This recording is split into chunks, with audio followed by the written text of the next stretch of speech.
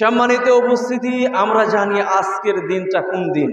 আমরা জানি আজকে ঈদের দিন, ঈদুল আজহার দিন, কুরবানির দিন। এই দিনকে রাসূল করিম সাল্লাল্লাহু আলাইহি সাল্লাম সর্বোত্তম দিন বলেছেন। ইবনে হিব্বানের হাদিসের মধ্যে এসেছে, রাসূল করিম সাল্লাল্লাহু আলাইহি সাল্লাম বলেছেন, আফদালুল আইয়ামি ইনদাল্লাহি ইয়াউমুন নাহর ওয়া ইয়াউমুল কর ওয়া ইয়াউমুল আরাফা ওয়া ইয়াউমুল জুমআহ। সর্বোত্তম বছরের মধ্যে সর্বোত্তম দিন হচ্ছে কুরবানির দিন। এরপরে কুরবানির দিনের পরের 3 দিন, যেই দিনগুলোতে কুরবানি করা হয়, এটাকে বলা হয় কর।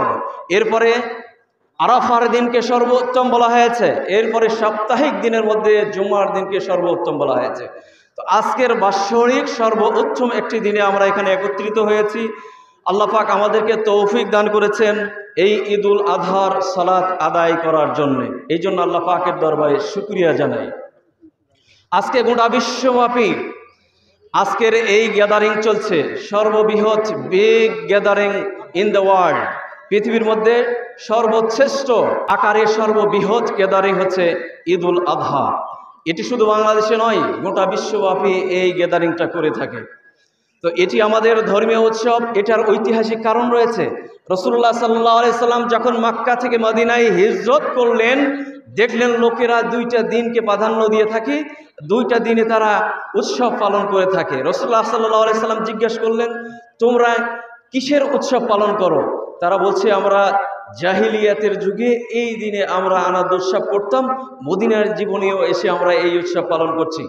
রাসূল করিম সাল্লাল্লাহু আলাইহি সাল্লাম বললেন, ইন্নাল্লাহা কাদ আবদালা লাকুম খায়রান মিনহুমা। তোমাদের ওই 2টা দিনকে আরো সর্বোত্তম 2টা দিন দিয়ে আল্লাহ রাব্বুল আলামিন পরিবর্তন করে দিয়েছেন। আনন্দ উৎসবের 2টা দিনকে নির্ধারণ করে দেওয়া হলো। সেটি হচ্ছে ঈদুল ফিতর ও ঈদুল আজহা। ঈদুল ফিতর আমরা গত 2-2.5 মাস আগে উদযাপন করেছি, আবার আমরা আজকে ঈদুল আজহার উদযাপন করছি, ঠিক না? এই ঈদুল আজহার ঐতিহাসিক একটা কারণ রয়েছে, যেটাকে একটা নবী তার পরিবারের আমরা স্মৃতিচারণ করে থাকি, তাই না? হযরত ইব্রাহিম আলাইহিস সালামের এই কুরবানি, আসলে এই কুরবানিটা কি আসলে আমাদের এই ধর্মে, ইসলামে, এইটাই কি শুধুমাত্র এই ধর্মে শুধু এই কুরবানির বিধানটা রয়েছে, না অতীতের ধর্মে, অতীতের নবী রাসূলদের যুগে ছিল? সেই আদম আলাইহিস সালাম থেকে শুরু করে মুহাম্মদ রাসূলুল্লাহ সাল্লাল্লাহু আলাইহি সাল্লাম পর্যন্ত সকল নবীদের উপরে এটা ছিল নিয়ম নীতি। আদম আলাইহিস সালামের 2টি সন্তান, তাদের সেই সময়ে কুরবানির বিধান ছিল যে পশু জবাই করা হতো, আকাশ থেকে আগুন এসে পশুটাকে খেয়ে ফেলতো, যেটা খেয়ে ফেলতো ওই কুরবানিটা আল্লাহর দরবারে কবুল হতো। যেমন আদম আলাইহিস সালামের 2 সন্তান হাবিল কাবিল কুরবানি করেছিল, হাবিলের কুরবানিটা গ্রহণ করা হয়েছিল, ঠিক না?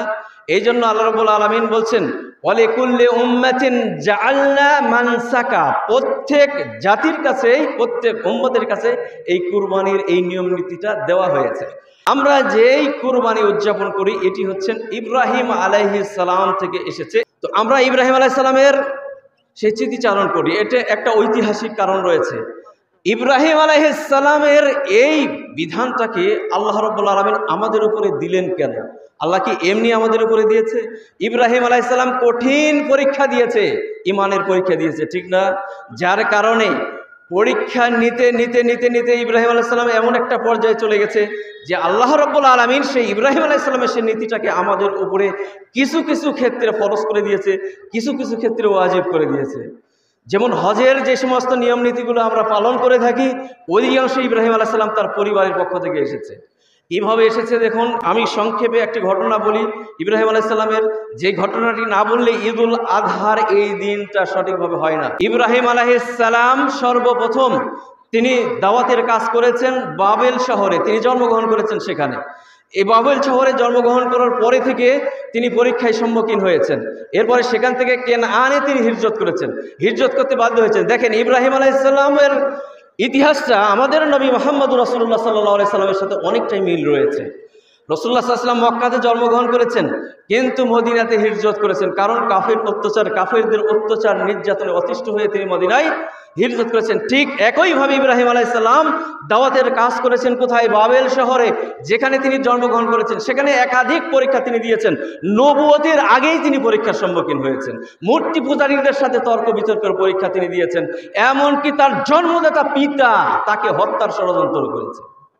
তার পিতা মূর্তি তৈরি করত, সেই মূর্তির যখন বিরোধিতা করেছে তার পিতা তাকে হত্যার ষড়যন্ত্র করেছে।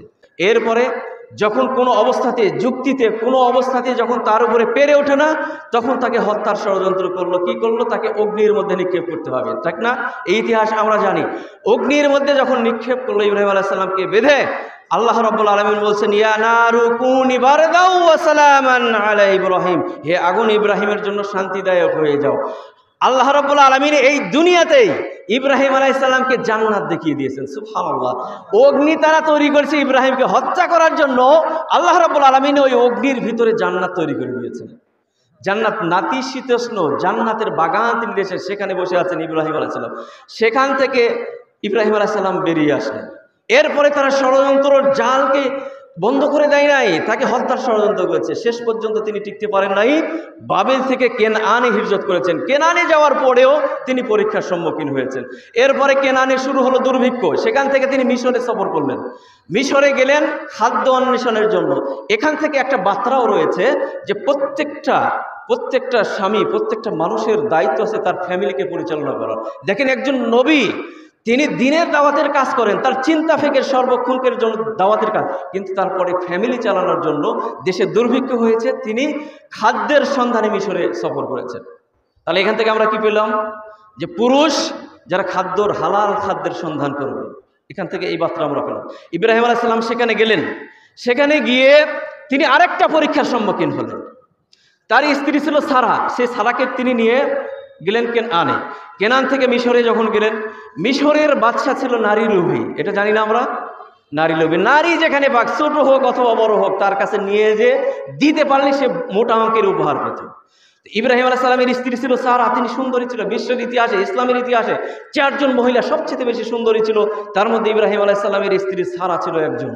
তিনি পোড়া হয়ে গেছেন, বৃদ্ধা হয়ে গেছেন, কিন্তু তারপরেও তার ছিল সৌন্দর্য। তো এই সৌন্দর্যে মগ্ন হয়ে সেই ফেরাউন, মিশরের যিনি প্রেসিডেন্ট, রাজা হন, তার উপাধি হয় ফেরাউন, সেই ফেরাউনের নজরে তিনি পড়ে গেলেন।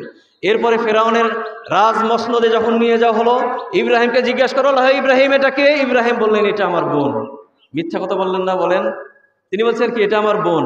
কারণ হচ্ছে রাজার শাসন হচ্ছে, কোনো ব্যক্তি যদি স্বামীর পরিচয় দেয় তাহলে তাকে আগে হত্যা করবে, তারপর ওই নারীকে ভোগ করবে।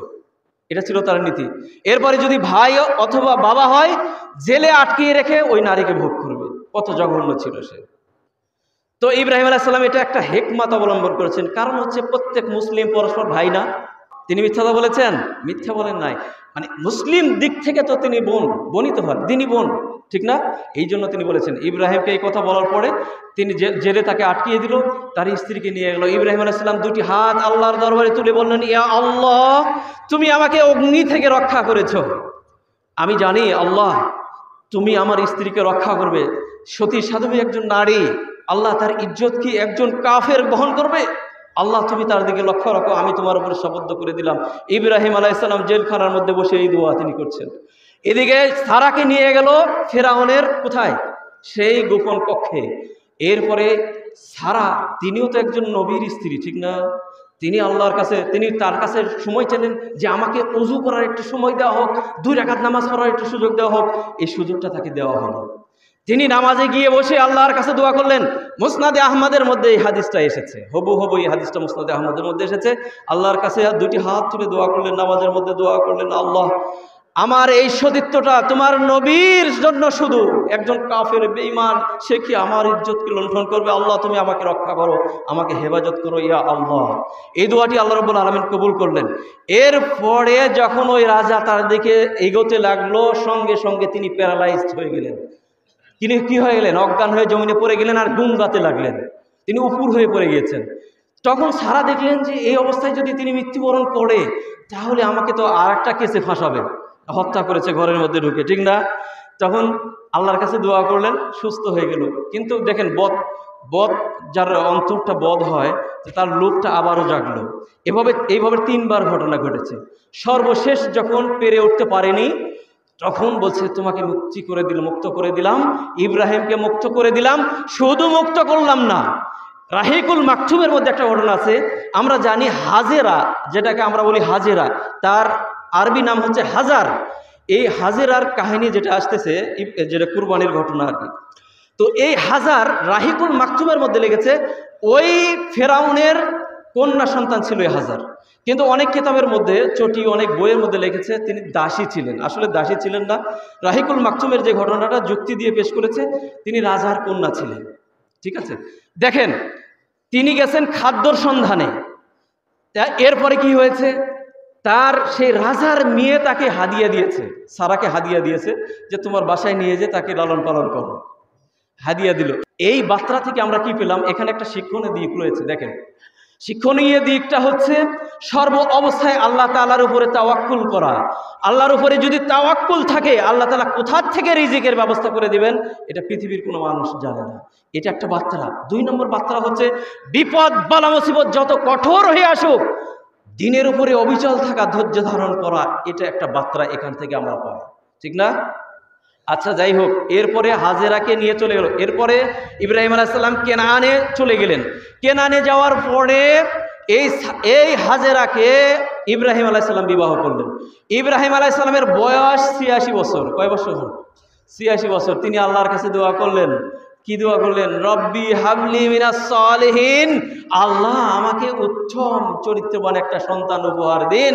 আল্লাহ তাআলা তার এই দোয়াটা কবুল করলেন। আল্লাহ পাক বলছেন ফাবাশশারনাহু বিগুলামিন হালিম, আমি তোমাকে একটা সহনশীল ধৈর্যশীল একটা সন্তান তোমাকে উপহার দিচ্ছি। এখন 86 বছর বয়স। এরপরে 1 বছর পরে মিশর থেকে কেনানে যাওয়ার 1 বছর পরে ইসমাইলের জন্ম। 86 বছর বয়স, বয়সের শেষ পর্যায়ে চলে গেছে। আল্লাহর কাছে দোয়া করেছে ভবিষ্যৎ প্রজন্মকে টিকিয়ে রাখতে হবে, নবীর সিলসিলাকে টিকিয়ে রাখতে হবে, এই জন্য তিনি আল্লাহর কাছে দোয়া করেছেন। আল্লাহ তাআলা সন্তান দান করেছেন। এখন এই সন্তান হলো, দেখেন পরীক্ষা আবার এসেছে ইব্রাহিম আলাইহিস সালামের উপরে। স্বপ্নে দেখিয়েছে ইব্রাহিম তোমার এই সন্তানকে নিয়ে এসে সেই আবার আঙ্গনে রেখে আসো। ফিলিস্তিন থেকে কেনান, যেটা ফিলিস্তিন, এই ফিলিস্তিন থেকে মক্কা এর দূরত্ব কত জানেন? 1500 কিলোমিটার রাস্তা। 1500 কিলোমিটার রাস্তা। এই রাস্তা পাড়ি দিতে হবে। একটা উট তৈরি করে নিয়েছেন, অথবা হাদিসের মধ্যে ইঙ্গিত পাওয়া যায় বুরাক বলা হয়েছে, বুরাকের কথা বলা হয়েছে। তো একটা পশু, একটা জানোয়ার নিয়ে তিনি রওনা হলেন। নিলেন কিছু খেজুর আর 1 মশক পানি, এটা নিয়ে রওনা হলেন। এখন তার স্ত্রীকে বলেছে শুধু রওনা করতে হবে, আমার সাথে যেতে হবে। স্ত্রীর কোনো প্রশ্ন নাই কোথায় যেতে হবে। এখন যদি আমাদের স্ত্রীরা হয় 1000টা প্রশ্ন করে করে আপনাকে জর্জরিত করে দিবে, ঠিক না? যেমন স্বামী তেমন তার স্ত্রী, কোনো প্রশ্ন নাই, বলেছে যেতে হবে, যেতে হবে, কোনো প্রশ্ন নাই। ইব্রাহিম আলাইহিস সালাম তার স্ত্রীকে সঙ্গে করে নিলেন, রওনা দিলেন। এরপরে কয়েকদিন কেটে গেল রাস্তাতে, কিছু খেজুর শেষ হয়ে গেল, কিছু পানি শেষ হয়ে গেল। এরপরে তিনি চলে গেলেন, উট যাচ্ছে তো যাচ্ছে, যাচ্ছে তো যাচ্ছে। 1500 কিলোমিটার রাস্তা পাড়ি দিয়ে যখন কাবার আঙ্গিনায় পৌঁছে গেলেন, কাবা তখনও সেখানে তৈরি হয়নি, কাবার কোনো চিহ্ন সেখানে ছিল না। মরুভূমি, চতুর্দিকে মরুভূমি, এখানে কোনো চিহ্ন ছিল না। ওই জায়গাতে রেখে দিলেন, তাকে রেখে দিলেন। রেখে দিয়ে ইব্রাহিম আলাইহিস সালাম ফেরত চলে আসতেছে। এখন মহিলা মানুষ তো একটা প্রশ্ন জাগলো যে ইব্রাহিম আমাকে এই মরুপ্রান্তরে রেখে যাচ্ছে, যেখানে গাছপালা আবাদহীন একটা প্রান্তর, যেখানে কোনো মানুষের বসবাস নাই, কোনো বাড়িঘর নাই, এমন একটা জায়গাতে আমাকে রেখে যাচ্ছে। ইব্রাহিম যখন পিছনে ফিরে চলে যেতে লাগলেন সামনের দিকে, পিছন দিক থেকে তিনি আসতে লাগলেন। বলছে ইব্রাহিম তুমি কি আমাকে ছেড়ে যাচ্ছ, এটা কি আল্লাহ তাআলার হুকুম? তিনি বলছেন আল্লাহ আমারাকা হাযা, এটি বুখারীর হাদিস, বিশাল একটা হাদিস, গোটা ঘটনা একটা হাদিসের মধ্যে বর্ণনা করা হয়েছে। আল্লাহ আমারাকা হাযা, ইব্রাহিম তুমি আমাকে ছেড়ে চলে যাচ্ছ, এটা কি আল্লাহ তাআলার আদেশ? ইব্রাহিম কোনো জবাব দেয় না, একটা প্রশ্নেরও জবাব দিচ্ছেন না। আবারও জিজ্ঞাসা করছে, আর পিছনে পিছনে দৌড়াচ্ছে। আবার জিজ্ঞাসা করছে ইব্রাহিম এটা কি আল্লাহ তাআলার আদেশ, আমাকে ছেড়ে চলে যাচ্ছেন? জবাব নাই। তৃতীয়বারের কালে যখন বলেছেন এটা কি আল্লাহর আদেশ, আমাকে ছেড়ে যাচ্ছেন, তখন তিনি আঙ্গুল ইশারা করলেন নাম। তারপরে জবাব দিচ্ছেন না। এই কারণে বুকটা ফিরে যাচ্ছে, কান্না আসছে, কান্নার কারণে তিনি বলতে পারছেন না। কারণ দেখেন একটা সন্তান 86 বছর বয়সে আল্লাহ তাআলা একটা সন্তান দিয়েছে, যে সন্তান ভবিষ্যৎ প্রজন্মকে রক্ষা করবে, নবী সিলসিলাকে রক্ষা করবে, তাকে একটা মরুপ্রান্তরের ভিতরে রেখে যাচ্ছে। এখানে মৃত্যু হবে না কি হবে তার কোনো ঘটনা নাই। সে 1500 কিলোমিটার দূরে, এখানে আসাও তো সম্ভব নয়, বারবার রেখে চলে যাচ্ছে। এরপরে একটু সামনের দিকে গিয়ে যখন একটু আড়াল হয়েছে, একটা বালির পাহাড় আড়াল হয়েছে, সেখানে গিয়ে ইব্রাহিম আলাইহিস সালাম একটা দোয়া করেছে। তিনি দোয়া করেছেন, রব্বানা ইন্নী আসকানতু মিন যুররিয়াতি বিওয়াদিন গায়রি জি জারইন ইনদা বাইতিকাল মুহাররম। দোয়া করলেন, হে আল্লাহ, আমার পরিবারের একটা অংশ মরুভূমিতে লতাপাতাহীন আবাদহীন একটা প্রান্তরে তোমার বাইতুল্লাহ, তোমার বাড়ির সামনে আমি তাকে রেখে যাচ্ছি। রব্বানা লিইয়ুকিমুস সালাহ, হে আল্লাহ, এরা সেখানে নামাজ প্রতিষ্ঠা করবে। ফাজআল আফইদাতাম মিনান নাস তাহওয়ী ইলাইহিম, মানুষের অন্তরকে তাদের প্রতি ভালোবাসায় মুগ্ধ করে দাও আল্লাহ। ফারযুকুহুম মিনাস সামারাত, আল্লাহ ফল ফুডের তোমার তো কোনো অভাব নাই, তোমার ফল ফুড থেকে তাদেরকে খাবারের ব্যবস্থা করে দিও আল্লাহ। লাআল্লাহুম ইয়াশকুরুন, যাতে করে তারা তোমার কৃতজ্ঞকারী বান্দা হতে পারে। এই যে ইব্রাহিম আলাইহিস সালাম এই দোয়া করেছেন, ইব্রাহিম আলাইহিস সালামের এই দোয়া কিয়ামত পর্যন্ত বলবৎ রয়েছে। দেখেন মরুভূমি সেই সৌদি আরবে লক্ষ লক্ষ মানুষ প্রতি বছর হজ করতে যাচ্ছে, এত ফল ফুড কোথা থেকে আসতেছে বলেন? ইব্রাহিম আলাইহিস সালামের এই দোয়া ইসমাইলের জন্য করেছিলেন, তার স্ত্রী হাজারের জন্য করেছিলেন। এরপরে সেখানে রেখে ইব্রাহিম আলাইহিস সালাম চলে গেলেন, ফিলিস্তিনে চলে গেলেন।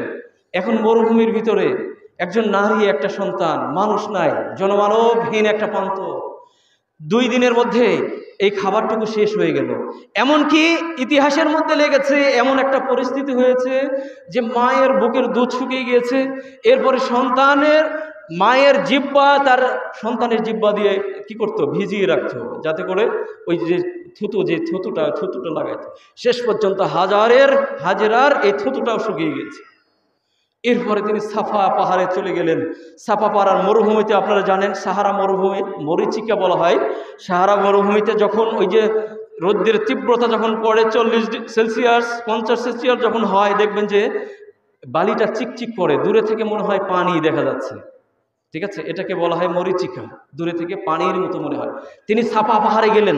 সাফা পাহাড়ে গিয়ে দেখেন, দূরের থেকে দেখলেন যে মনে হচ্ছে পানি। ওই সাফা পাহাড়টা একটু ঢালু, ওই ঢালু জায়গাতে যখন তিনি যেতেন তখন সন্তান চোখের আড়াল হতো, ওই জন্য সেখানে দ্রুত একটু দৌড় দিতেন। এই দেখেন 7 বার এইভাবে চক্কর দিয়েছেন। মারোয়া পাহাড়ে এসেছেন, আবার সাফাতে গিয়েছেন, এইভাবে 7টা চক্কর তিনি দিয়েছেন। এই আল্লাহ তাআলার এই বান্দির এই ঘটনা আল্লাহ তাআলার কাছে এত বেশি পছন্দনীয় হয়েছে যে কিয়ামত পর্যন্ত আল্লাহ রাব্বুল আলামিন যারা হজ করতে যাবে, উমরা করতে যাবে, তাদের উপরে ফরজ করে দিয়েছেন আল্লাহ পাক। এই সাফা মারওয়া সাই করে, এটা কোথা থেকে এসেছে? এই হাজেরার স্মৃতিচারণ হিসাবে আমরা এটা করে থাকি। সুবহানাল্লাহ। এরপরে 7 চক্কর দিয়ে যখন দেখলেন যে দূরের থেকে দেখলেন ইসমাইলের পায়ের নিচ থেকে পানির উৎস জারি হয়ে গেছে। সুবহানাল্লাহ। এরপরে তিনি সেখানে গেলেন, আল্লাহ তাআলার শুকরিয়া আদায় করলেন, পানি পান করলেন, সন্তানকে খাওয়াইলেন। দূরের থেকে একটা আওয়াজ আসলো, জিবরিল আওয়াজ দিল, ভয় পাওয়ার কোনো কারণ নাই, তুমি এমন একটা প্রান্তরে রয়েছো, হাযা মিন বাইতুল্লাহ, হাদিসের মধ্যে এটাই বাইতুল্লাহ, এখানেই বাইতুল্লাহ রয়েছে, তোমার ভয়ের কোনো কারণ নাই। এরপরে তিনি সেখানে গেলেন, যে ওই পানিটাকে থামানোর জন্য চেষ্টা করলেন, বললেন জামজাম। জামজাম শব্দ এটি হচ্ছে সুরিয়ানি শব্দ, সুরিয়ানি ভাষা। ইব্রাহিম আলাইহিস সালামের ভাষা ছিল সুরিয়ানি ভাষা। তো তিনি এই সুরিয়ানি ভাষায় বললেন জামজাম, মানে থাম থাম, পানি থাম। তো পানির উৎসটা আসতে লাগলো, আর এই যে হাজার এই পানিটাকে বলছেন থাম থাম। চতুর্দিক থেকে বালি পাথর নিয়ে এসে ওটা বাঁধার চেষ্টা করছিলেন। আনন্দে কান্না আসতেছে তার, কারণ মরুভূমির মধ্যে পানি, এটা 4টিখানি কথা বলে। তো এই পানিটা থামানোর চেষ্টা করেছেন। এই হাজার যদি এই পানিটা থামানোর না চেষ্টা করতেন তাহলে সেখানে নদী প্রবাহিত হয়ে যেত। তিনি এটা করলেন। এরপরে এই পানির উৎসটা কিন্তু বন্ধ হয় নাই, ওই যে উৎসটা চালু আছে, কিয়ামত পর্যন্ত এই উৎস থাকবে। সুবহানাল্লাহ। এটা হচ্ছে এই হাজারের স্মৃতিচারণ আমরা করে থাকি। তো দেখেন হাজিরা সেখানে যায়, সেখান থেকে পানি নিয়ে আসে, কত বরকত। আল্লাহ রাব্বুল আলামিন বলেছেন আন্নাহা বারাকা, এই পানিটা হচ্ছে বারাকা, এটা হচ্ছে ওষুধ, দাওয়া বলা হয়েছে এই জমজমের পানি। অন্যান্য পানি খেলে আপনার পিপাসা মিটবে, কিন্তু এই জমজমের পানি খেলে পিপাসাও মিটবে, খাবারের চাহিদাও পূরণ করবে। সুবহানাল্লাহ। এর মধ্যে ভিটামিন দেওয়া হয়েছে, ফসফরাস দেওয়া হয়েছে, যত ধরনের একটা স্বাস্থ্য মানব দেহের জন্য যা যে সমস্ত ভিটামিনগুলো প্রয়োজন সবগুলোর উৎস এই পানির মধ্যে রয়েছে। সুবহানাল্লাহ। মরুভূমির মধ্যে দেখবেন যখন পানির উৎস থাকে সেখানে পাখিরা আনাগোনা হয়, পাখিদের আনাগোনা হয়। পাখিরা আসতে লাগলো। সেই ইয়ামান থেকে কিছু পথিক রাস্তা দিয়ে যাচ্ছিল, দেখে পাখি উঠতেছে। কারণ কি, পানি ছাড়া তো ওখানে পাখি যাওয়ার কথা না। তারা সেখানে আসলেন, এরপরে দেখলেন পানি, তারাও পিপাসার্থ ছিল, হাজেরার কাছ থেকে অনুমতি চাইলেন, পানি পান করার জন্য অনুমতি দিলেন। এইভাবে এক পর্যায়ে খবরটা ছড়িয়ে পড়লো মুহূর্তের মধ্যে, ওই যে ইব্রাহিম আলাইহিস সালামের দোয়া, মুহূর্তের মধ্যে খবর ছড়িয়ে গেল। ইয়ামান থেকে বিভিন্ন আশেপাশের দেশ থেকে মানুষগুলো আসা শুরু হয়ে গেল। হাজেরার কাছে অনুমতি চাইলেও আমরা এখানে বসবাস করতে চাই। এখন এই জমজমের পানি দিয়ে তারা ফসল উৎপাদন করা শুরু করলো, সেখানে গাছ তৈরি হলো, সেখানে ফল ফুল তৈরি হলো।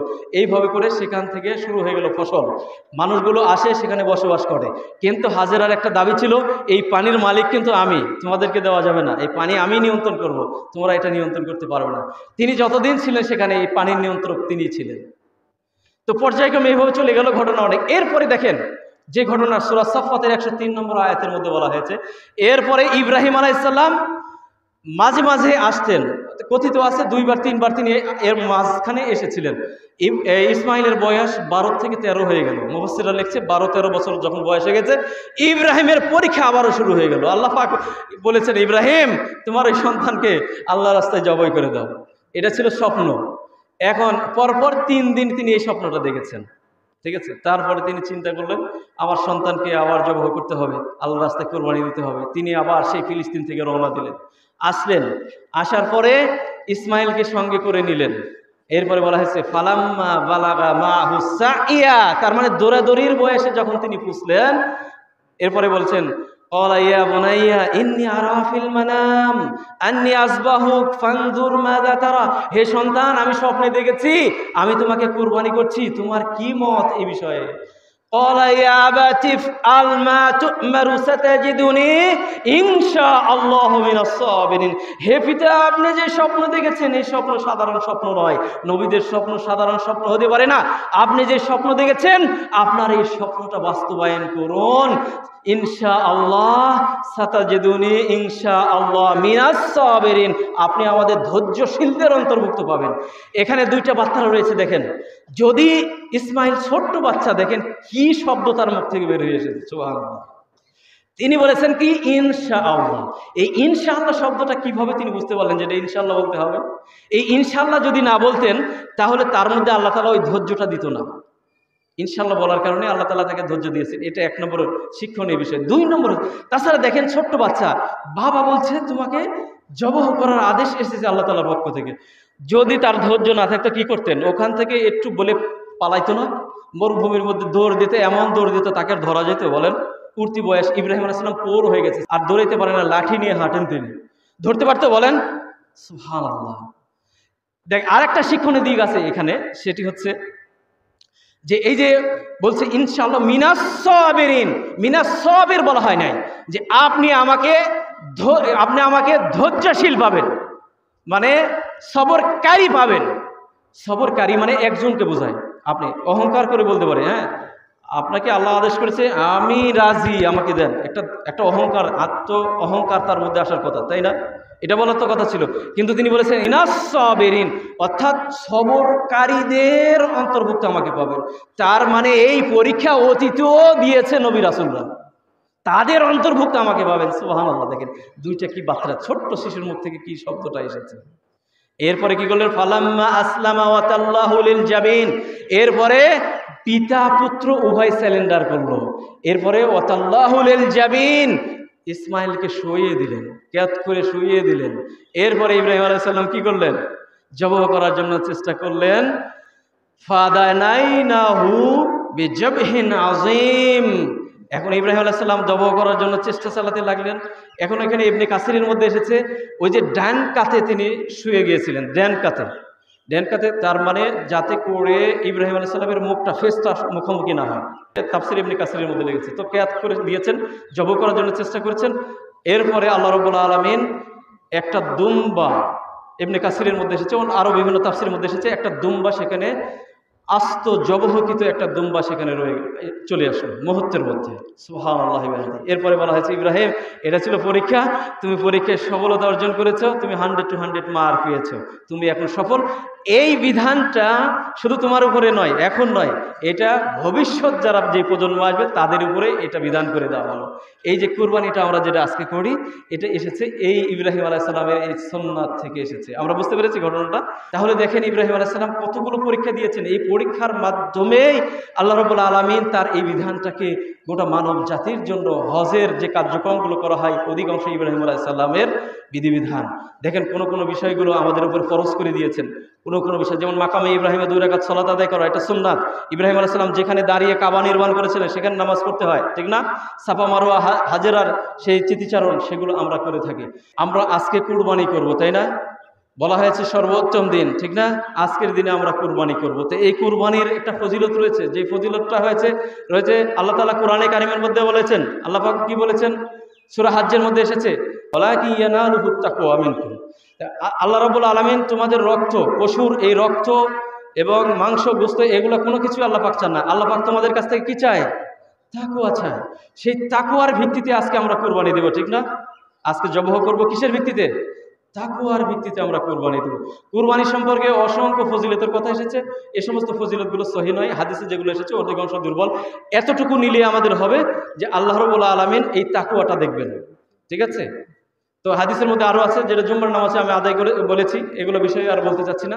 তো সংক্ষেপে একটা বলি যে সেটা হলো কুরবানি আসলে আমরা কিভাবে করব, তাই না? কুরবানি আমরা কিভাবে করব? কুরবানি করার কিছু নিয়ম কানুন আছে, এগুলো আমাদের জানা উচিত, একটু জানা উচিত। সেটি হচ্ছে কুরবানি করার সময়ে অস্ত্রটাকে ভালো করে ধার দিতে হবে।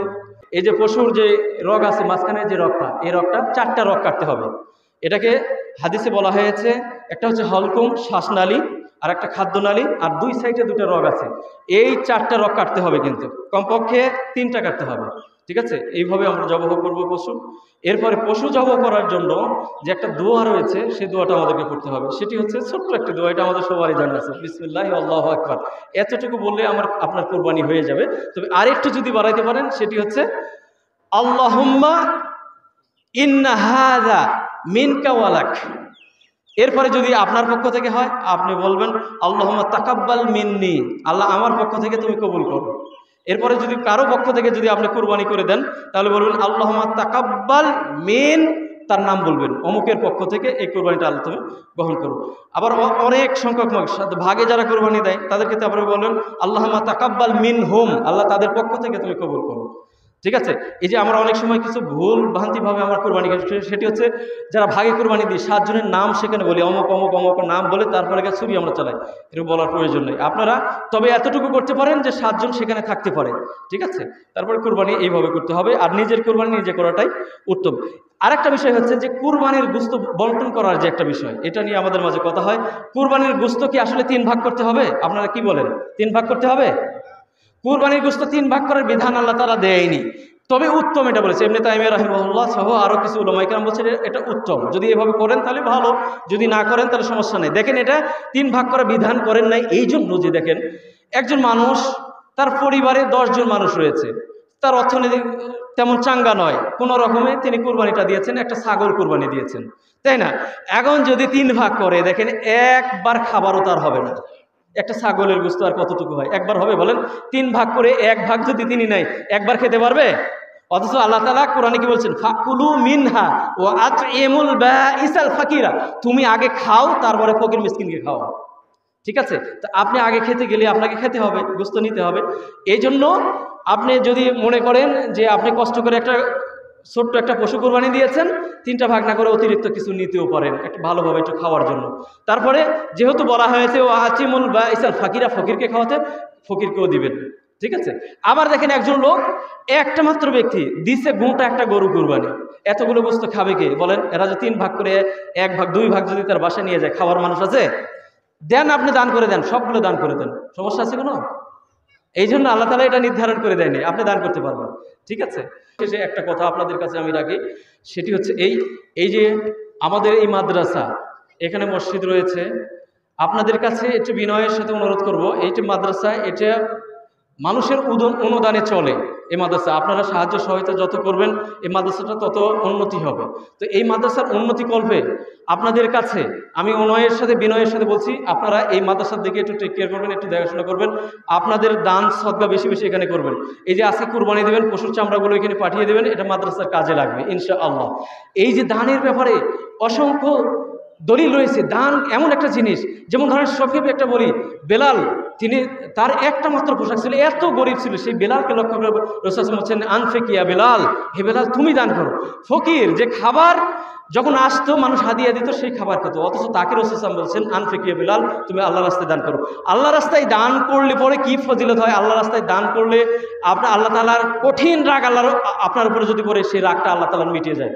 এই যদি আপনি দান করেন তাহলে অসুস্থ ব্যক্তি সুস্থ হয়ে যায়, যদি আপনি দান করেন তাহলে মৃত্যুর যন্ত্রণা থেকে আল্লাহ তাআলা আপনাকে মুক্তি দান করে, যদি আপনি দান করেন তাহলে কবরের শাস্তি থেকে আল্লাহ তাআলা আপনাকে রক্ষা করেন, যদি আপনি দান করেন জাহান্নাম থেকে মুক্তি দিয়ে দেয়। চিন্তা করেছেন? এগুলো প্রত্যেকটার এক একটা দলিল রয়েছে, হাদিস রয়েছে। আমি একটা খুতবায় কিন্তু এই বিষয়টা নিয়ে আলোচনা করেছি, হাদিস দিয়ে দলিল দিয়ে। এই মাদ্রাসার জন্য আপনারা দান করবেন, কারণ আপনাদের অনুদানেই কিন্তু এই মাদ্রাসা। মসজিদের জন্য দান করবেন। আজকে ঈদের মাঠের কিছু খরচ আছে, প্লিজ আপনারা একটু দান করে যাবেন। আজকে আপনারা যারা এখানে এসেছেন আপনাদের পকেটে যার যে টাকা আছে আপনারা একটু দিয়ে যাবেন, কারণ আজকে যে টাকা আপনারা দান করেছেন এই টাকায় কিন্তু আমাদের এই খরচ আজকের খরচ হবে না। প্লিজ আপনারা যাওয়ার সময় হোক আর যখনই হোক এখনই আপনারা দিয়ে যাবেন। আজকে পকেটে যার আছে ভাড়া ছাড়া বাকি টাকাগুলো এখানে দিয়ে যাবেন। আপনারা রাজি আছেন? একটু বলেন আপনারা রাজি আছেন? ইনশাআল্লাহ দান করে যাবেন ইনশাআল্লাহ। তো দানের যে কি ফজিলতের ব্যাপারে একটা হাদিস আমি আপনাদেরকে বলে এটা শেষ করে দিই। একজন মহিলা আয়েশা সিদ্দিকা রাদিয়াল্লাহু তাআলা আনহার দরবারে ঘরের কাছে এসেছে কিছু সদকা নেওয়ার জন্য, দান চাইতে এসেছে। তো সেই মহিলার কুলে 2টি কন্যা সন্তান ছিল। এখন আয়েশা সিদ্দিকা রাদিয়াল্লাহু তাআলা আনহা তার কাছে 3টা মাত্র খেজুর ছিল, ঠিক আছে? 3টা খেজুর ওই মহিলাকে দিয়ে দিলেন। এখন ওই মহিলা এই 3টা খেজুর নিয়ে একটা খেজুর 2টা খেজুর তোর 2 মেয়েকে দিয়ে দিলেন, ছোট্ট ছোট্ট 2টি মেয়েকে দিয়ে দিলেন, আর একটা খেজুর তিনি খাবেন, মুখে দিবেন। এই সময়ে ওই ছোট্ট বাচ্চা 2টি মায়ের দিকে লোলুপ দৃষ্টিকোণ থেকে তাকিয়েছে, তার মানে ক্ষুধা রয়েছে সন্তানের পেটে। তো মা তো সন্তানের প্রতি ভালোবাসায় একবারে উদার, সুবহানাল্লাহ। ওই মুখের থেকে ওই খেজুরটা বের করে অর্ধেক ভাগ করে 2 কন্যা সন্তানকে দান করে দিলেন। এই ঘটনা আয়েশা সিদ্দিকা রাদিয়াল্লাহু তাআলা আনহা কেঁদে দিলেন ঘটনাটা থেকে।